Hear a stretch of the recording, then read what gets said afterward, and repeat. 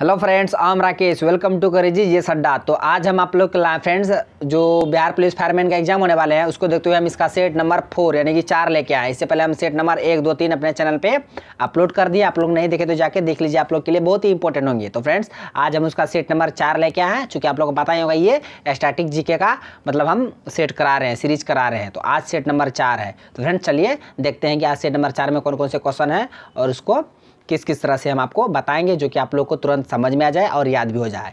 तो फ्रेंड्स चलिए शुरू करते हैं। पहला क्वेश्चन है कि आंसुओं का द्वार के नाम से जाना जाता है। तो बताना फ्रेंड्स कि आंसुओं का द्वार किसे कहा जाता है, कौन आंसुओं के द्वार के नाम से जाना जाता है। ये क्वेश्चन बहुत बार पूछा है। ऑप्शन में आपको दिया है स्कॉटलैंड, क्यूबा, बाब उल मंदेब, लहासा। तो इसका आंसर हो जाएगा ऑप्शन सी फ्रेंड्स, बाब उल मंदेब। बाब उल मंदेब को आंसुओं का द्वार कहा जाता है, बाब उल मंदेब। तो फ्रेंड्स ये बाब उल मंदेब जो फ्रेंड्स जल संधि है ये जोड़ता किसको है, तो ये जो लाल सागर है उसको अदन की खाड़ी से जोड़ता है। लाल सागर को अदन की खाड़ी से जोड़ता है बाब उल मंदेब जल संधि। और इन्हें आंसुओं का द्वार कहा जाता है। इन्हें फ्रेंड्स दुखों का भी द्वार कहा जाता है, क्योंकि अरबी भाषा में आंसुओं के द्वार को बाबुल मंदेब को क्या कहा जाता है, दुखों का द्वार। आप इसे याद रखिएगा, आंसुओं का द्वार या दुखों का द्वार किसे कहा जाता है, बाब उल मंदेब जल संधि को। और ये बाब उल मंदेब जल संधि किसको जोड़ता है, तो ये अदन की खाड़ी को लाल सागर से जोड़ता है। और याद रखिएगा एक पूछता सुएज नहर, सुएज नहर किसको जोड़ता है, तो भूमध्य सागर को लाल सागर से। वहीं पे है फ्रेंड्स बगले में सुएज नहर, जान उसी के बगल में जस्ट नीचे आइएगा ना तो वहाँ मिलेगा आपको बाब उल मंदेब। तो देखिए उधर से भूमध्य सागर जोड़ता है किसको, भूमध्य सागर को लाल सागर से, और फिर लाल सागर को अदन की खाड़ी से जोड़ता है बाब उल मंदेब जल संधि। तो आप इसे याद रखिएगा, क्योंकि बहुत ही इंपॉर्टेंट क्वेश्चन था इसलिए हम आपको बता दिए। इसके अलावा एक और क्वेश्चन पूछता है कि पनामा नहर किसको जोड़ता है, तो प्रशांत महासागर को अटलांटिक महासागर से पनामा नहर, सुएज नहर किसको, भूमध्य सागर को लाल सागर से, अब बाब उल मंदेब जल संधि ये जोड़ता है अदन की खाड़ी को लाल सागर से। तो आप ये तीनों को याद रखिएगा, बहुत ही इंपॉर्टेंट क्वेश्चन था ये। तो चलते हैं अब अगले क्वेश्चन की ओर। ये वर्ल्ड ज्योग्राफी का क्वेश्चन था फ्रेंड्स, क्योंकि बहुत ही इंपॉर्टेंट था इसलिए हम आपको करा दिए। क्वेश्चन है कि केंद्रीय चावल अनुसंधान संस्थान अवस्थित है। जो बताना फ्रेंड्स कि केंद्रीय चावल अनुसंधान कहाँ पे स्थित है। ऑप्शन में आपको दिया है कोलकाता, कटक, बेंगलोर, हैदराबाद। तो इसका आंसर ऑप्शन बी हो जाएगा फ्रेंड्स, उड़ीसा के कटक में चावल अनुसंधान है। केंद्रीय चावल अनुसंधान कहाँ है, उड़ीसा के कटक में स्थित है। अगर ये पूछता है कि अंतर्राष्ट्रीय चावल अनुसंधान केंद्र का कहाँ है, तो मनीला है। मनीला किसकी राजधानी है, तो फिलीपींस की राजधानी मनीला फ्रेंड्स। और मनीला में ही अंतर्राष्ट्रीय चावल अनुसंधान संस्थान है। और केंद्रीय चावल अनुसंधान संस्थान ये कटक में है, उड़ीसा के कटक में। लेकिन अंतर्राष्ट्रीय पूछेगा तो वो फिलीपींस की राजधानी मनीला में है। तो आप ये दोनों को याद रखिएगा, बहुत ही इंपॉर्टेंट क्वेश्चन था ये। तो चलते हैं अगले क्वेश्चन की ओर। क्वेश्चन है, ये हिस्ट्री से क्वेश्चन है फ्रेंड्स, कि खिलाफत जो आंदोलन है उसके अग्रणी नेता कौन थे। खिलाफत आंदोलन के मतलब नेता कौन थे, नेतृत्व कौन कर रहे थे। ऑप्शन में आपको दिए हैं अली बंधु, जो अली बंधु थे फ्रेंड्स, शौकत अली, मोहम्मद अली। उसके बाद चित्तरंजन दास, सुभाष चंद्र बोस, इनमें से कोई नहीं। तो इसका आंसर ऑप्शन ए हो जाएगा फ्रेंड्स, अली बंधु। जो दो भाई थे शौकत अली और मोहम्मद अली, इन्हीं दोनों भाइयों ने मिलकर मतलब जो खिलाफत आंदोलन थे फ्रेंड्स इनको मतलब शुरू किए थे खिलाफत आंदोलन को। वो इसलिए कि चूंकि देखिए फ्रेंड्स प्रथम विश्व युद्ध जो हुए थे फ्रेंड्स उसमें क्या कहा गया इंग्लैंड के द्वारा, एक तो बहुत मतलब चालाक था इंग्लैंड। आप सोचिए उस समय यहाँ के भारत के मुसलमानों और हिंदुओं से कहा गया कि तुम लोग मेरा सपोर्ट करो, हम भारत को आज़ाद कर देंगे, क्योंकि भारत पहले गुलाम था। और उसके बाद यहाँ के मुसलमानों को भी कहा कि अगर तुम लोग साथ दोगे तो मेरा जो तुर्की का उस समय खलीफा हुआ करता था, पूरे विश्व का मुसलमान का खलीफा हुआ करता था, हम उसको भी गिरफ्तार नहीं करेंगे, ना ही तुर्की को विघटन करेंगे। तो यहाँ के मुसलमान से वादा किया, हिंदुओं से भी वादा किया। सब मतलब बाद में हिंदू मुस्लिम सब मिलकर सपोर्ट किया, युद्ध में प्रथम विश्व युद्ध में भाग लिया और इंग्लैंड जीत भी गया। जब जीत गया तो उसको देना था ना जो चीज़ मतलब वो मतलब प्रॉमिस किया था भारत के मुसलमानों से, हिंदुओं से, लेकिन वो ऐसा किया नहीं। भारत को भी आज़ाद नहीं किया, ऊपर से जो तुर्की के खलीफा हुआ करते थे उनको भी गिरफ्तार कर लिया और तुर्की को भी विघटन कर दिया, यानी अलग कर दिया, तोड़ दिया। कौन, इंग्लैंड। तो आप इसे याद रखिए, उन्हीं के विरोध में 1919 ईस्वी में, याद रखिए खिलाफत आंदोलन कब हुआ था, 1919 ईस्वी में। कब हुआ था, 1919 ईस्वी में खिलाफत आंदोलन हुआ था। और इनका नेतृत्व किया था, शुरू किया था अली बंधु। अली बंधु में दो भाई थे, मोहम्मद अली और शौकत अली। मोहम्मद अली और शौकत अली। बहुत बार पूछा कि खिलाफत आंदोलन कब शुरू हुआ था? 1919 ईस्वी में। और इसका नेतृत्व किसने किया था? नेता कौन थे? तो शौकत अली और मोहम्मद अली, इन्हीं के नेतृत्व में खिलाफत आंदोलन को शुरुआत हुआ, मतलब शुरू किया गया था। और इनका सपोर्ट भी किया गया था कांग्रेस के द्वारा भारत में, महात्मा गांधी जी से सभी के द्वारा। किस आंदोलन का? तो खिलाफत आंदोलन का, आप इसे याद रखिएगा। और 1919 में भी एक बहुत ही इंपॉर्टेंट घटना घटा था, रॉलेट एक्ट, जिसे काला कानून कहा गया था, अब उसे भी याद रखिएगा। और 1919 में 13 अप्रैल 1919 में ही जलियांवाला बाग हत्याकांड जो हुआ था पंजाब के अमृतसर में, आप उसे भी याद रखिए। सारे क्वेश्चन को आप याद रखिएगा, चूंकि बहुत ही इंपॉर्टेंट क्वेश्चन था इससे, हिस्ट्री से। तो चलते हैं अब अगले क्वेश्चन की ओर। क्वेश्चन है कि हेली धूमकेतु पुनः दिखाई पड़ेगा, तो बताना फ्रेंड्स, हम बता दे रहे फ्रेंड्स कि हेली धूमकेतु क्या है, कब दिखाई पड़ा था पहले, अब फिर पुनः कब दिखाई देगा, ये क्या है, इनके बारे में सभी के मतलब जितने भी इंपॉर्टेंट क्वेश्चन बनेंगे हेली धूमकेतु से, हम सबको पॉइंट बाय पॉइंट लिखा देंगे ताकि आप लोगों को एक ही बार में याद हो जाए। इससे एक भी क्वेश्चन बाहर नहीं पूछेगा, हम सभी को बता रहे हैं। देखिए फ्रेंड्स, क्वेश्चन पूछ रहा है कि हेली धूमकेतु पुनः कब दिखाई पड़ेगा, यानी एक बार दिखाई दे चुका है, पहली बार कब दिखाई दे उसको भी बताएंगे। ऑप्शन में आपको दिया है 2062, 2064, 2060, 2066। तो इसका आंसर ऑप्शन ए हो जाएगा फ्रेंड्स, 2062। कब? 2062 में पुनः दिखाई पड़ेगा हेली धूमकेतु। देखिए फ्रेंड्स, तो आइए फ्रेंड्स, हमें इससे रिलेटेड कुछ क्वेश्चन जानेंगे कि हेली धूमकेतु जो आकाशीय पिंड है ये पहली बार कब दिखे थे। तो ये पहली बार 1986 ईस्वी में दिखे थे। तो हेली धूमकेतु आकाशीय पिंड पहली बार ये 1986 ईस्वी में दिखे थे। और ये कितने वर्ष के बाद दिखाई देते हैं? तो फ्रेंड्स ये 76 वर्ष के बाद दिखाई देते हैं। आप याद रखिएगा, क्वेश्चन बहुत बार पूछा है कि हेली धूमकेतु ये कितने वर्ष के बाद दिखाई देते हैं, तो ये 76 वर्ष के बाद दिखाई देते हैं। और पहली बार 1986 में दिखे थे, इसमें 76 जोड़ दीजिए, तो 1986 में 76 जोड़िएगा तो 2062 आएगा। तो पुनः फिर कब दिखाई देंगे? तो 2062 में दिखाई देंगे। तो आप इसे याद रखिएगा। और इसका जो आंतरिक भाग होता है, केंद्रीय भाग, वो ठोस रहता है।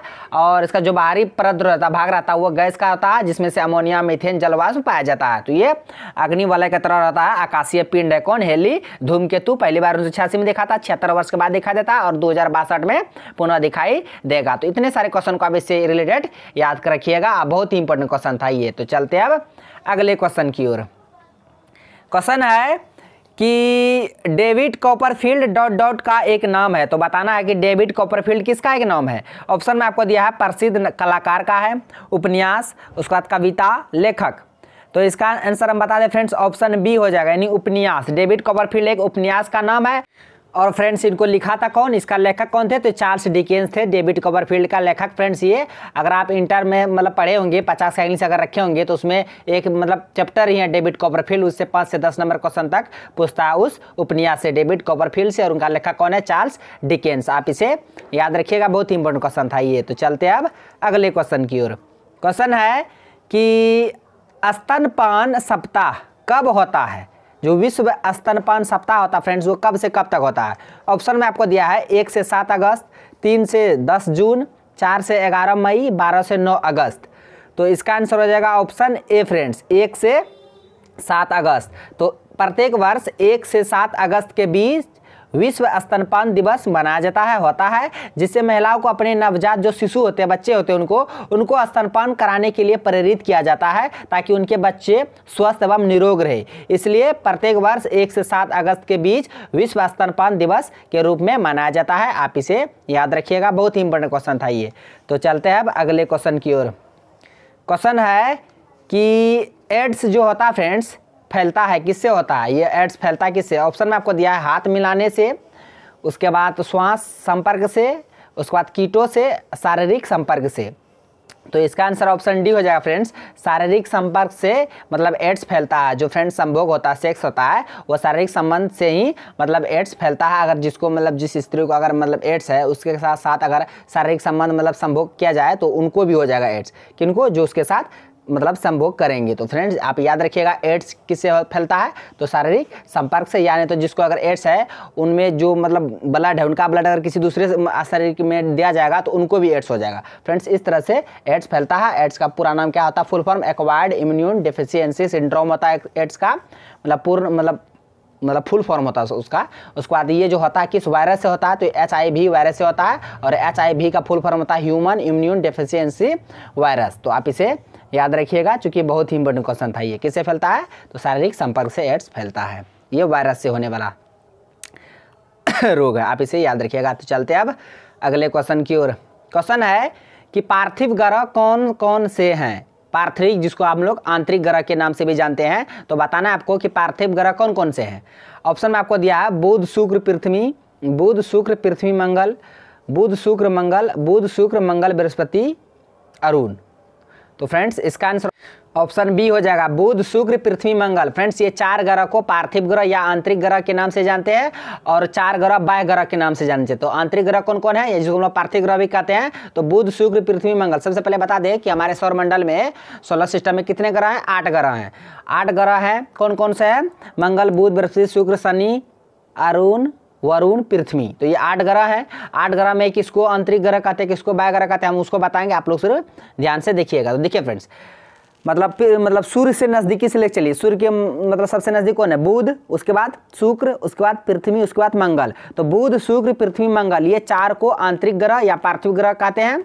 और 4 जो बाहर की तरफ है उसके बाद कौन हो जाएगा, बृहस्पति शनि अरुण वरुण, ये बाह्य ग्रह कहलाते हैं। 4 आंतरिक ग्रह, 4 बाह्य ग्रह, बुध शुक्र पृथ्वी मंगल आंतरिक ग्रह पार्थिव ग्रह, और बृहस्पति शनि अरुण वरुण ये चारों बाह्य ग्रह कहलाते हैं। आप इसे याद रखिएगा, चूंकि बहुत ही इंपॉर्टेंट क्वेश्चन है। और इसी से एक क्वेश्चन पूछता है कि क्षुद्र ग्रह किन 2 ग्रह के बीच है। तो फ्रेंड्स मंगल और बृहस्पति ग्रह के बीच होते हैं क्षुद्र ग्रह, आप इसे भी याद रखिएगा। क्वेश्चन पूछता है कौन कौन से ग्रह को अपना उपग्रह नहीं है, तो बुध शुक्र के पास अपना उपग्रह नहीं है, सबसे अधिक उपग्रह शनि के पास 82, सबसे उसके बाद दूसरा नंबर पे आएंगे बृहस्पति, उसके पास 79 उपग्रह। तो इस सभी क्वेश्चन को हम पिछले वाले मतलब जो वीडियो डाले थे अपलोड, उसमें भी बताया, हम इसमें बता दिए, आप लोग इसे याद रखिएगा। तो चलते हैं अब अगले क्वेश्चन की ओर।